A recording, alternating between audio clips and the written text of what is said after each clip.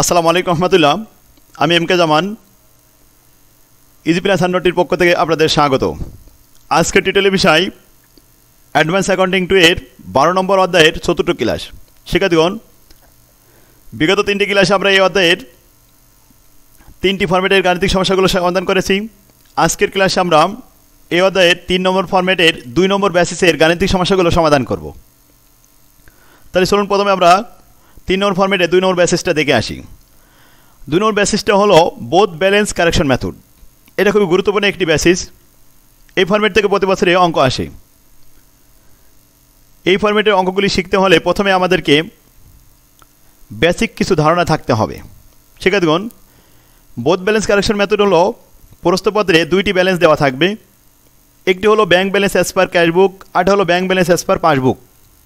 অর্থাৎ ক্যাশবুক এবং পাসবুক উভয়ের বইয়ের ব্যালেন্স দেওয়া থাকবে, কিন্তু ব্যালেন্স দুইটি অমিল থাকবে, অর্থাৎ দুইজনের ব্যালেন্স দুই রকম থাকবে। কিন্তু আমাদের দায়িত্ব হলো 2টি ব্যালেন্স মিলিয়ে দিতে হবে। মিলকরণটাই হলো আমাদের এই ফরম্যাটের মূল কাজ। এর জন্য আমাদেরকে কিছু বেসিক জিনিস জানতে হবে, কীভাবে আমরা মিল করব। শিক্ষার্থীগণ, প্রশ্নপত্রে দেওয়া থাকবে আমাদের এমন কিছু আইটেম, যে সমস্ত আইটেমগুলি এক জায়গায় লিপিবদ্ধ হয়েছে আর এক জায়গায় লিপিবদ্ধ হয়নি। আমাদের দায়িত্ব হলো যে জায়গায় লিপিবদ্ধ করা হয়নি ঠিক সেই জায়গায় লিপিবদ্ধ করে দিতে হবে। আর লিপিবদ্ধ করার সময় যোগ এবং বিয়োগ, আমরা যোগ করব নাকি বিয়োগ করব সেটা নির্ভর করবে যে আমরা জানি একটা আইটেম 2 জায়গায় লিপিবদ্ধ হয়। যদি দেখি যে কোনো একটা আইটেম ক্যাশ বইতে যোগ হয়েছে, তাহলে অবশ্যই এই আইটেমটা পাস বইতেও যোগ হবে। আর যদি কোনো আইটেম পাস বইতে বিয়োগ হয়, ক্যাশ বইতেও বিয়োগ হবে। অর্থাৎ একই আইটেম 2টা বইয়ে 2 জায়গায় যোগ হয়ে থাকে বা বিয়োগ হয়ে থাকে। তো আমরা এখন যোগ বিয়োগের মাধ্যমে এই বোথ ব্যালেন্স কারেকশন মেথডটা তৈরি করব। খেয়াল করবেন, এটা আবার দুইভাবে করা যায়। এটা আছে হরিজেন্টাল বা টি ফর্ম অনুযায়ী করা যায়। এই পাশে bank balance as per cashbook, bank balance as per passbook, অর্থাৎ এই সাইডে এবং এই সাইডে 2 সাইডে দিয়ে করা যায়। এটাকে বলা হয় হরিজেন্টাল পদ্ধতি বা টি ফর্ম পদ্ধতি। এটা হলো ভার্টিক্যাল, উপরে নিচেই। বর্তমানে এটাই বেশি চলে। উপরে লেখা হলো bank balance as per passbook, আর এটা লেখা হলো bank balance as per cashbook. এভাবে তৈরি করা যায়। তো যেভাবে আমরা তৈরি করি না কেন, এখানে যোগ বিয়োগের অপশন থাকবে। যেমন bank balance as per cashbook, এরপরে লেখা হয়েছে অ্যাড, এখানে অ্যাড আইটেম, এই পাশেও অ্যাড আইটেম, এখানে লেস আইটেমগুলো, এ পাশে লেস আইটেমগুলো। শিক্ষার্থীগণ, যে সমস্ত আইটেমগুলো যে কোনো একটা বইতে লিপিবদ্ধ হবে, আর সেই বইতে যোগ হয়েছে নাকি বিয়োগ হয়েছে আমাদের খেয়াল করতে হবে। যদি কোনো একটা আইটেম ক্যাশ বইতে যোগ করা হয় আর পাস বইতে লিপিবদ্ধ লেখা না হয়ে থাকে, অর্থাৎ পাস বইতেও সেটা যোগ করতে হবে। কোনো একটা আইটেম ক্যাশ বইতে বিয়োগ করা হয়েছে, তাহলে অবশ্যই সেটা পাস বইতে বিয়োগ হবে। কোনো একটা আইটেম পাস বইতে বিয়োগ হয়েছে, তাহলে অবশ্যই সেটা ক্যাশ বইতে বিয়োগ হবে। এখন আমরা এই ফরম্যাটে অঙ্ক করার সময় ডেবিট ক্রেডিট না বলে আমরা যোগ বিয়োগ বলবো। তো আসুন আমি অঙ্কের মাধ্যমে এই সমস্ত সমস্যাগুলো সমাধান করব। তো আমাদের বইয়ের প্রবলেম নাম্বার 6 থেকে এখানে শুরু হয়েছে, 6, 7, 8, 9। তো আমরা এখান থেকে প্রথমে একটা গুরুত্বপূর্ণ অঙ্ক করব, যেটা 8 নম্বর অঙ্কটা এখান থেকে শুরু করব। প্রশ্নটা আমরা ভালোভাবে পড়ে নিব। দেখুন, বলা হচ্ছে from the following information prepare a bank reconciliation statement showing the correct cash balance in the bank account for SB limited at December 31, 2002 সাল।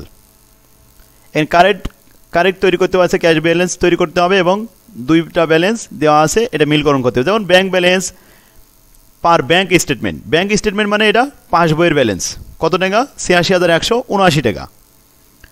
আর আমরা নিচে দেখলাম একটা ব্যালেন্স দেওয়া আছে bank balance as per depositor book. এই ডিপোজিটার রেকর্ড বুক মানে এটা হলো ক্যাশ বুক, ক্যাশ বই লেখা থাকে, অনেক সময় ডিপোজিটার বুক লেখা থাকে। তো এই 2টা ব্যালেন্স আগে আপনি খুঁজে নেবেন। এখানে কত টাকা আছে, 13,506 টাকা। অর্থাৎ ক্যাশ বই অনুযায়ী ব্যাংকে মাত্র জমা আছে 13,506 টাকা, আর পাস বই অনুযায়ী ব্যাংক বলছে যে সেখানে 86,179 টাকা জমা আছে। তাহলে ব্যাপক একটা ব্যবধান দেখা যাচ্ছে। কেন এই ব্যবধান হলো? নিশ্চয়ই ইতিমধ্যে কিছু কিছু লেনদেন 2 জায়গায় যোগ মানে লিপিবদ্ধ করা হয়নি, যে কোনো এক জায়গায় করে লিপিবদ্ধ হয়েছে। আর সেই আইটেমগুলো ফাইন্ড আউট করে আমাদেরকে দেওয়া হয়েছে 1 2 3 4 5 6টা আইটেম। এই 6টা আইটেম যেটা আমাদেরকে লিপিবদ্ধ করা দেওয়া হয়েছে, যে এই আইটেমগুলি এক জায়গায় লেখা হয়েছে আর এক জায়গায় লেখা হয়নি। কোথায় লেখা হয়নি আমাদের সেখানে লিখে দিতে হবে, যে জায়গায় লেখা হয়নি ওই জায়গায় লিখে দেওয়াটাই হলো আমাদের মূল কাজ। প্রথমে 1 নম্বর আইটেম দেখি, deposit in transit. Deposit in transit, cheque জমা দেওয়া হয়েছে ব্যাংকে আদায়ের উদ্দেশ্যে, কিন্তু এখনও জমা হয়নি, ট্রানজিট অবস্থায়, পরিবহনাধীন অবস্থায়, প্রক্রিয়াধীন অবস্থায় আছে। যখন ডিপোজিট করা হয় তখন ক্যাশ বইতে লিপিবদ্ধ করা হয়ে যায়। আর ক্যাশ বইতে তখন কি হয়, যোগ হয়, কারণ এটা আদায়ের জন্য দেওয়া হচ্ছে, তাই ক্যাশ বইতে যোগ হয়। আর যখন এটা আদায় হয়ে যাবে তখন পাস বইতেও এটা যোগ হবে, কিন্তু এখনও পর্যন্ত যোগ করা হয়নি। কোন বইতে? পাস বইতে। তাহলে পাস বইতে যোগ করে দিবেন। দেখুন আমরা লিখে দিছি উত্তরে। তো প্রথমে আমরা এখানে লিখলাম bank balance as per cashbook passbook ৮৬,১৭৯, আর bank balance as per cashbook এটা ১৩,৫০৬ টাকা। এরপরে যোগের কিছু আইটেম আর বিয়োগের কিছু আইটেমে জায়গা রাখলাম। এখানে আমরা যোগ করার জন্য, অ্যাড করার জন্য কিছু আইটেমে জায়গা রাখেছি এবং লেস করার জন্য কিছু জায়গা রাখেছি। তো প্রথম আইটেমটা বললাম যে পাস বইতে যোগ করতে হবে। তা bank balance as per passbook এর সাথে যোগ করার জন্য আমরা লিখলাম ডিপোজিট ইন ট্রানজিট, যোগের আইটেম দিলাম। শিক্ষার্থীগণ, আশা করি আপনারা বুঝতে পারছেন কী জন্য যোগ করলাম, কারণ এখনও পর্যন্ত ব্যাংকের বইতে এটা যোগ করা হয়নি, তাই আমরা এটা যোগ করে দিয়েছি। তাহলে মিলে যাবে। পরে আইটেমটা দেখুন, আউটস্ট্যান্ডিং চেক। আউটস্ট্যান্ডিং চেক বলতে আমরা বুঝি ইস্যু এ চেক, যে চেকটা বাইরের পাওনাদারকে ইস্যু করে দেওয়া হয়। যখন বাইরের কোনো পাওনাদারকে চেক দেওয়া হয় তখন ক্যাশ বইতে ব্যাংক কলামে বিয়োগ করে দেওয়া হয়। তাহলে যদি ক্যাশ বইতে বিয়োগ করা হয় অবশ্যই পাস বইতে বিয়োগ করতে হবে। তো এখনও পর্যন্ত but not present in time, সময় মতো তারা এখনও যায়নি, অর্থাৎ এটা এখনও বিয়োগ হয়নি। কোথায় বিয়োগ হয়নি? পাস বইতে। তাহলে এখন পাস বইতে কী করতে হবে? বিয়োগ করতে হবে। তো আসুন এখানে আমরা বিয়োগে লিখেছি আউটস্ট্যান্ডিং চেক ১,২৯,৪৭৮ টাকা। আশা করি দুইটা আইটেম ক্লিয়ার হয়েছেন। এরপরে আসুন 3 নম্বর বলা হচ্ছে ব্যাংক ইউরোর ব্যাংক ভুল করেছে। কি করতে ভুল করেছে?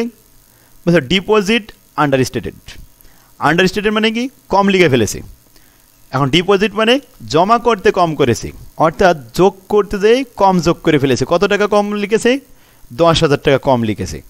যদি যোগ করতে যেয়ে কম যোগ করে তাহলে আরও বেশি করে যোগ করে দিতে হবে। এখন আমাদের কোথায়? পাস বইতে যোগে দেখাতে হবে, অ্যাড করতে হবে। তাহলে আমরা পাস বইতে অ্যাড লিখলাম ডিপোজিট আন্ডারস্টেটেড অফ ১০,০০০ টাকা। ১০,০০০ টাকা যোগে দেখানো হলো। এরপরে আসুন আরেকটা sentence, NSF. NSF cheque for customer debited to account by bank. দেখুন এনএসএফ মানে নন সাফিসিয়েন্ট অফ ফান্ড, অর্থাৎ যে সমস্ত চেকগুলি ব্যাংকে আদায়ের জন্য জমা দেওয়া হয়েছিল কিন্তু ওই চেকে পর্যাপ্ত পরিমাণ টাকা না থাকায় চেকটি আদায় করা সম্ভব হয়নি, তখন এই চেকটা নন সাফিসিয়েন্ট লিখে এটা ফেরত আসে। ফেরত আসলে আমাদের ক্যাশ বইতে বিয়োগ করতে হবে। কেন বিয়োগ করতে হবে? কারণ যখন জমা দেওয়া হয়েছিল ব্যাংকে আদায়ের জন্য তখন ক্যাশ বইতে যোগ করা হয়েছিল ব্যাংকের কলামে। এখন ফেরত এসেছে বলে এটা বিয়োগ করে দিতে হবে, কারণ এটা জমা হয়নি।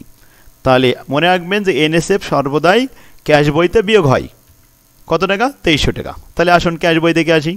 ক্যাশ বইয়ে বিয়োগে এনএসএফ লিখবেন ২৩০০ টাকা। আশা করি এবার বুঝতে পারছেন।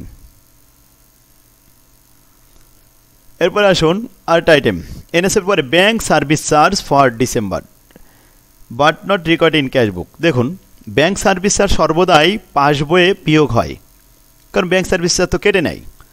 তাই যদি পাস বইয়ে বিয়োগ হয় ক্যাশ বইয়ে বিয়োগ হবে। এখন ক্যাশ বইয়ে আমরা বিয়োগ করব কত টাকা? ৭৫ টাকা। ৭৫ টাকা বিয়োগের দিকে পাঠানো হলো ব্যাংক সার্ভিস চার্জ। এবার আসুন লাস্ট আইটেম, ইরোর অন ডিপোজিটরস বুক। ভুল করেছে কে? ক্যাশ বই যে লিপিবদ্ধ করে ডিপোজিটর বুক, সেই লোকটা ভুল করেছে। কি ভুল করেছে? Cheque written to pay, cheque লেখা হয়েছে, ইস্যু করা হয়েছে পে প্রদান করার জন্য ক্রেডিটরকে, টু রেকর্ড অ্যাড ৩০০ টাকা। ৩০০ টাকা লেখা হয়েছে, প্রদান করার সময় যখন লেখা হয় তখন তো বিয়োগ করা হয়। কত টাকা বিয়োগ করেছে? 300 টাকা। বাট রিটেন ফর অনলি 30, অর্থাৎ আসলে অনলি 30 টাকা হবে। তো 30 টাকা যায় কত লেখা হয়ে গেছে? 300 টাকা লেখা হয়ে গেছে।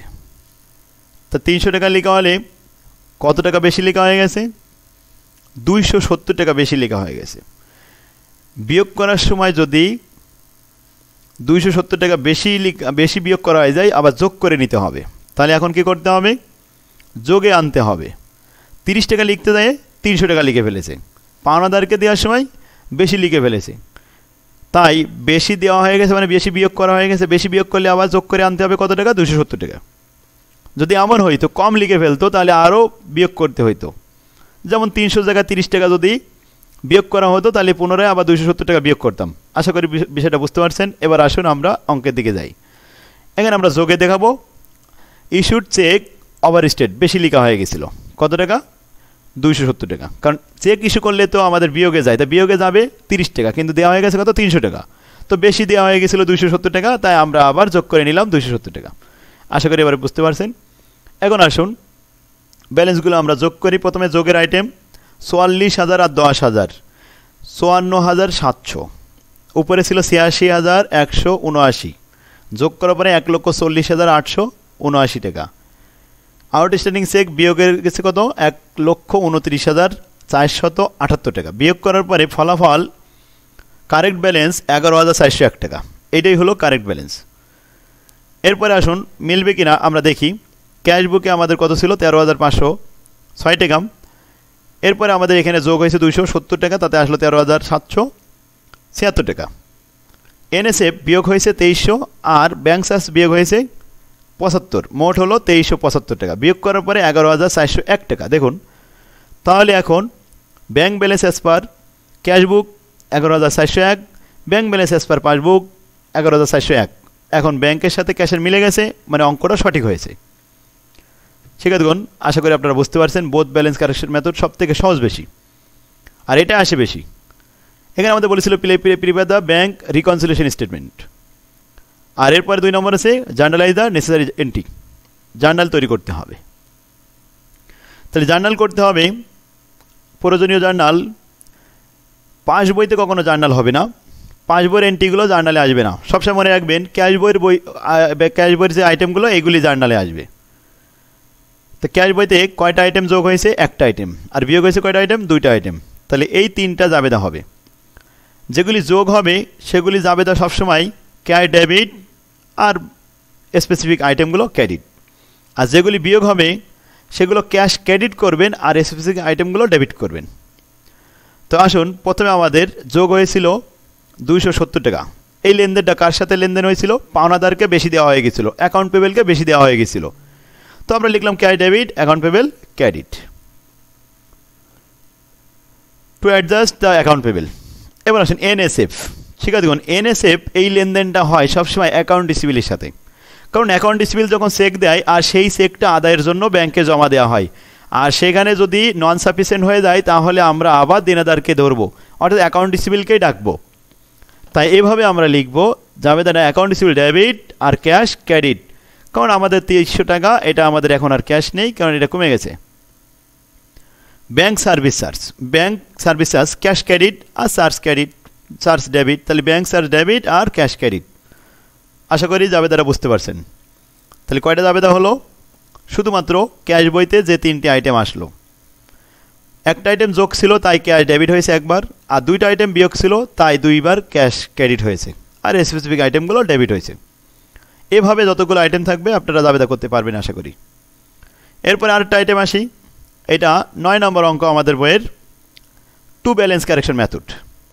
এখানে বলা আছে the cash in bank account in the ledger of Dhaka traders limited at 31 December 2003 indicated a balance of taka 4,86,006 taka. এটা bank account. The bank statement indicate the balance কত? 6,40,748 টাকা। দেখুন ব্যাংক স্টেটমেন্টে দেখা যাচ্ছে ব্যাংকে পাস বইতে আছে 6,40,000 আর ক্যাশ বইতে আছে 4,86,006 টাকা। দুই রকম ব্যালেন্স, তাহলে তো অমিল আছে, এখন মিল করতে হবে। তো আমরা উত্তরপত্র লিখি। প্রথমে bank balance as per passbook, এটা হলো 6,40,000, বসিয়ে দিলাম 6,40,748 টাকা। আর bank balance as per passbook, এখানে ক্যাশবুক দেখালাম, ক্যাশবুক কত 4,86,006 টাকা। এটা হলো ক্যাশবুক আর উপরটা হলো পাসবুক। এরপরে এন্ট্রিগুলো আমরা একটা একটা করে পড়ি। এ নম্বর বলা আছে cheque issue but not present in time. শিক্ষার্থীগণ, চেক ইস্যু মানে পাওনাদারকে চেক দেওয়া হয়েছে, ক্যাশ বইতে মাইনাস করা হয়েছে, এখন কোথায় মাইনাস করতে হবে? পাস বইতে। এখন ক্যাশ বইতে যদি মাইনাস হয় পাস বইতে মাইনাস হবে, তো পাস বইতে ব্যাংকের বইতে এখনও পৌঁছায় নাই, but not present in time passbook, pass বইতে এখনও পৌঁছায় নাই, এখন আমাদের পাস বই থেকে বিয়োগ করতে হবে কত টাকা? 2,02,687 টাকা। তো এটা আমরা মাইনাস করে দিই। এই দেখুন পাস বইয়ের মাইনাস পাশে এটা লেখা হলো আউটস্ট্যান্ডিং চেক। এরপরে 2 নম্বর বি নম্বর পড়ুন। এ ডেবিট বলছে ডিপোজিট, ডিপোজিট অফ টাকা 89,017 টাকা অন 31 ডিসেম্বরে ডিপোজিট করা হয়েছিল, জমা দেওয়া হয়েছিল। তাহলে ক্যাশ বইতে যোগ করা হয়েছিল, পাস বইতেও যোগ করার কথা। Did not appear on the bank statement ডিসেম্বরের মধ্যে সেটা এখনও পর্যন্ত যোগ হয়নি, মানে এটা এখনও পর্যন্ত ব্যাংকে আদায় হয়নি। তাহলে পাস বইতে যোগ করতে হবে 89,017 টাকা। লেখা হলো ডিপোজিট ইন ট্রানজিট, এখনও পর্যন্ত ট্রানজিট অবস্থা আছে, ইরোর অবস্থায়, মানে অন দ্য ওয়ে, প্রক্রিয়াধীন অবস্থায় আছে। এ চেক ফর টাকা 20,000, চেক কী করা হয়েছে? ড্র বাই ঢাকা, বলছে চেকের টাকা উঠাই নেওয়া হয়েছে Dhaka warehouse limited. Had been wrongly charge by bank account of Dhaka traders. শিক্ষার্থীগণ, এই অঙ্কটা আমরা তৈরি করতেছি ঢাকা ট্রেডার্সের অঙ্ক।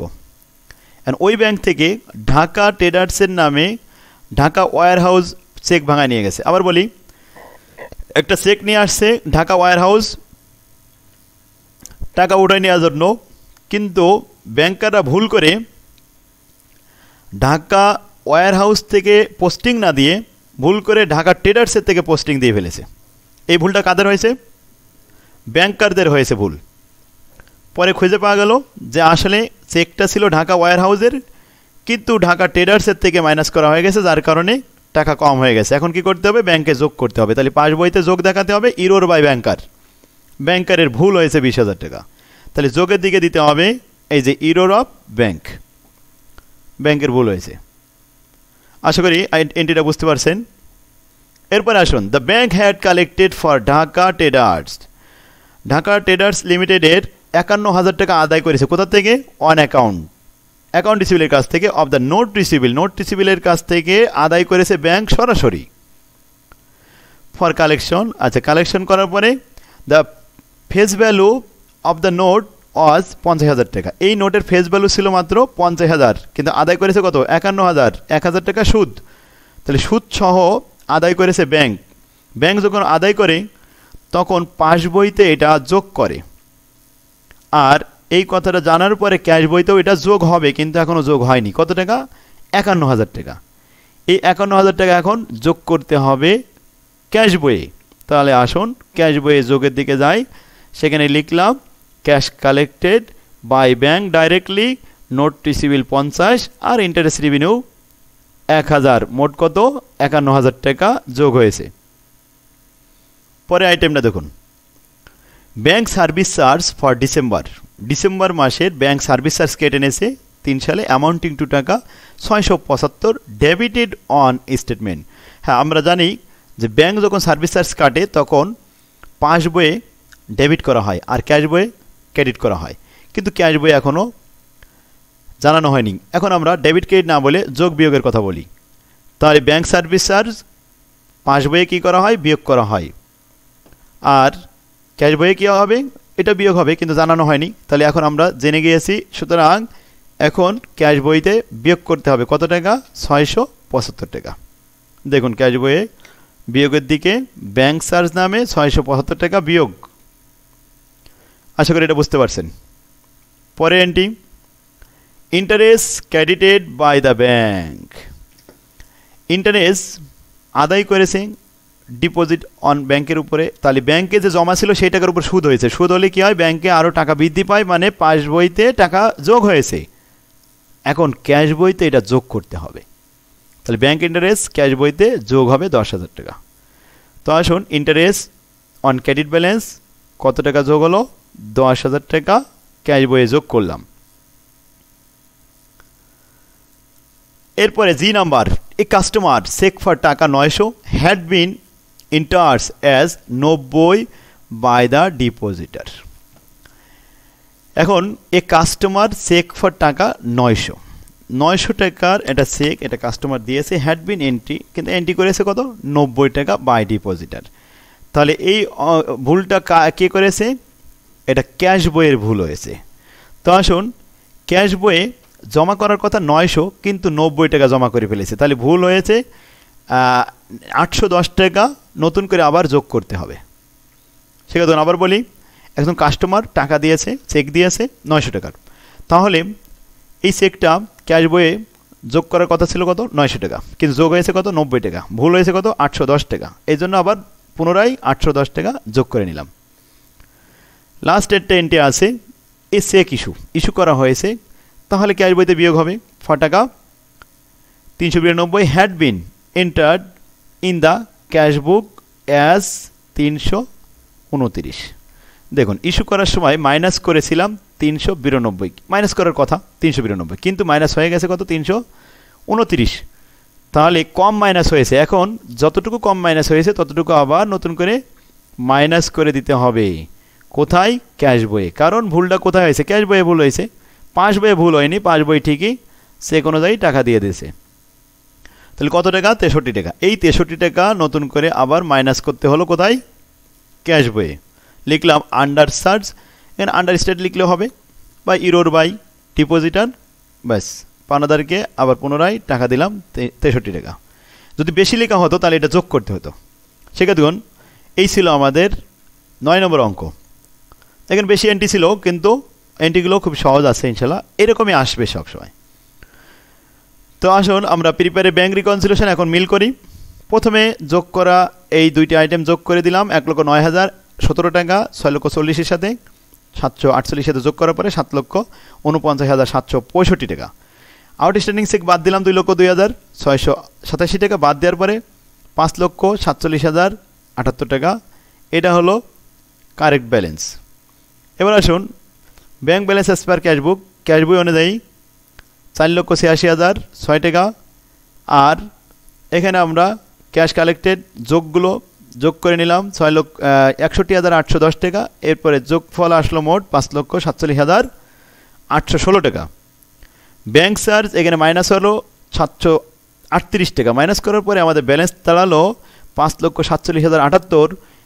তাহলে ব্যাংক ব্যালেন্স অ্যাজ পার পাস বই অনুযায়ী 5,47,078 টাকা, ক্যাশ বই অনুযায়ী 5,47,078 টাকা। এই দুইটা ব্যালেন্স মিলে গেল, বোথ ব্যালেন্স কারেকশন মেথড, অতএব এটা অঙ্কটা সঠিক হয়েছে। দ্বিতীয় প্রশ্ন, জার্নালাইজ দ্য অ্যাডজাস্ট, এখানে জার্নাল এন্ট্রি করতে হবে। তো journal is the necessary entry, প্রয়োজনীয় এন্ট্রি। সেক্ষেত্রে আমরা শিখেছি জার্নাল করতে হয় শুধুমাত্র ক্যাশ বইয়ের আইটেমগুলো। ক্যাশ বইতে কয়টা আইটেম যোগ হয়েছে, এখানে 4টা আইটেম যোগ হয়েছে। তাহলে ক্যাশ ডেবিট আর এই আইটেমগুলি সব ক্রেডিট। আর কয়টা আইটেম বিয়োগ হয়েছে, 2টা আইটেম বিয়োগ হয়েছে। তাহলে আইটেমগুলো ডেবিট আর ক্যাশ ক্রেডিট 2টা আইটেম। প্রথমে আসুন নোট রিসিভেবল আদায় করা হয়েছিল 50,000 আর সুদ আসছিল 1,000। তো আমরা জাবেদা করবো ক্যাশ ডেবিট 51,000, এর মধ্যে নোট রিসিভেবল ক্রেডিট 50 আর সুদ এখানে ইন্টারেস্ট রেভিনিউ ক্রেডিট 1,000। এরপর আসুন ইন্টারেস্ট ক্রেডিটেড 10,000 টাকা। তাহলে ব্যাংকে আমাদের সুদ জমা হয়েছে, তাই লিখলাম ক্যাশ ডেবিট ইন্টারেস্ট ইনকাম বা রেভিনিউ ক্রেডিট। এরপরে error of accounting to customer. এখন দেখুন অ্যাকাউন্ট রিসিভেবলের লেখার সময় বেশি লেখা হয়ে গেছে, এখানে কম লেখা হয়েছে। তাহলে cash debit account receivable credit কত, 810 টাকা। তো আমাদের যোগ আইটেমগুলো সব কমপ্লিট, ক্যাশ ডেবিট হয়েছে। এবার বিয়োগ আইটেম ক্যাশ ক্রেডিট হবে, আর প্রথম ব্যাংক সার্ভিস চার্জ ডেবিট হবে। তো ব্যাংক সার্ভিস চার্জ ডেবিট আর ক্যাশ ক্রেডিট 675 টাকা। Bank service debit, cash credit. এবার লাস্ট আছে অ্যাকাউন্ট পেবেলকে টাকা দেওয়ার সময় কম লেখা হয়েছে, তাই আবার পুনরায় লিখেছি account payable debit, cash credit 65 টাকা। 65 না 63 টাকা? 63 টাকা। এখানে একটু মিস্টেক হয়েছে, এটা লিখবেন 63 টাকা। শিক্ষার্থীগণ, তো আশা করি ইনশাল্লাহ আপনারা বুঝতে পারছেন। এই ছিল ব্যাঙ্ক রিকনসিলিয়েশন স্টেটমেন্ট। ঠিক একইভাবে প্রত্যেকটা অঙ্ক, এই অঙ্কটা বড় ছিল আমি এই জন্য করেছি, আর এরপরের ব্যালেন্সটাও একই রকম। এরপরে আসুন 11 সালে এটা এসেছে। তো আমাদের ভিডিও ক্লাসটা অনেক বড় হয়েছে, তো এই জন্য আর আমি এরপরে আর বাড়াতে চাচ্ছি না। আজকে আপনারা এখান থেকে এগুলো সব ছোটো ছোটো অঙ্ক, এগুলো বোর্ড অঙ্ক, আপনারা আজকে হোমওয়ার্কগুলো করবেন। এই হোমওয়ার্কগুলো এখান থেকে আজকে আমাদের বই থেকে কমপ্লিট করে ফেলবেন। শিক্ষার্থীগণ, তাহলে 14 নম্বর অধ্যায় 12 নম্বর অধ্যায়ের যে অঙ্কগুলো আমরা শিখলাম এই 3টা ফরম্যাটের, তার মধ্যে সবথেকে গুরুত্বপূর্ণ ব্যাঙ্ক রিকনসিলিয়েশন। তো এটা খুবই ইজি। দেখুন এটা 16 সালে এসেছে। এখানে ইনকারেক্ট অবস্থা আছে, যেমন এখানে ব্যাঙ্ক ব্যালেন্স অ্যাজ পার ব্যাঙ্ক, এখানে ব্যাঙ্ক স্টেটমেন্ট মানে কি? পাসবুক। তো পাসবুকের সাথে নন সাফিসিয়েন্টের কোনো ব্যবহার নেই। নন সাফিসিয়েন্ট কোথায় যায়? ক্যাশ বুকে মাইনাস হয়। তাহলে এখানে কি ভুল দেওয়া আছে না? হ্যাঁ, ভুল দেওয়া আছে বলেই তো কারেকশন করতে হবে। তাহলে আমাদের কারেকশনে কী করতে হবে? এনএসএফ মাইনাস করতে হবে। তাহলে এই ব্যালেন্সটা যে ভুল দেওয়া আছে এখান থেকে নিয়ে আমাদেরকে একটা কারেক্ট ব্যালেন্স তৈরি করতে হবে। তো এটা করলে ইনশাল্লাহ আপনারা পারবেন। তো এই 17 নম্বর অঙ্কটাও এটা করবেন আজকে। শিক্ষার্থীগণ, এই ছিল আমাদের শেষ 17টা অঙ্ক আছে ব্যাঙ্ক রিকনসিলিয়েশনের। এগুলোই আপনাদের আজকে হোমওয়ার্ক থাকলো। আজকের আপনারা এখনই হোমওয়ার্কগুলো কমপ্লিট করেই তারপরে ঘুমাতে যাবেন।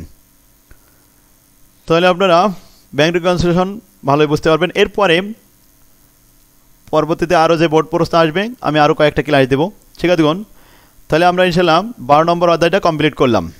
আজকে আমাদের এখানে শেষ হলো, আর পরবর্তীতে আরও অন্যান্য ক্লাস দেখার জন্য আহ্বান রইল। বাকি ক্লাসগুলো ইনশাল্লাহ দিয়ে দেবো আমি সময় পেলে। তো যারা এখনও পর্যন্ত আমাদের হ্যান্ডনোটগুলো সংগ্রহ করতে পারেননি, অনলাইনে আমাদের হ্যান্ডনোটগুলো সংগ্রহ করুন। স্ক্রিনে যে নাম্বারটা দেওয়া আছে এই নাম্বারে আমার সাথে যোগাযোগ করে আমাদের অফিস থেকে সুলভ মূল্যে বইগুলো নেওয়ার চেষ্টা করুন। শিক্ষার্থীগণ, তাহলে আজকে এই পর্যন্ত। আল্লাহ হাফেজ। আসসালামু আলাইকুম রহমতুল্লাহ।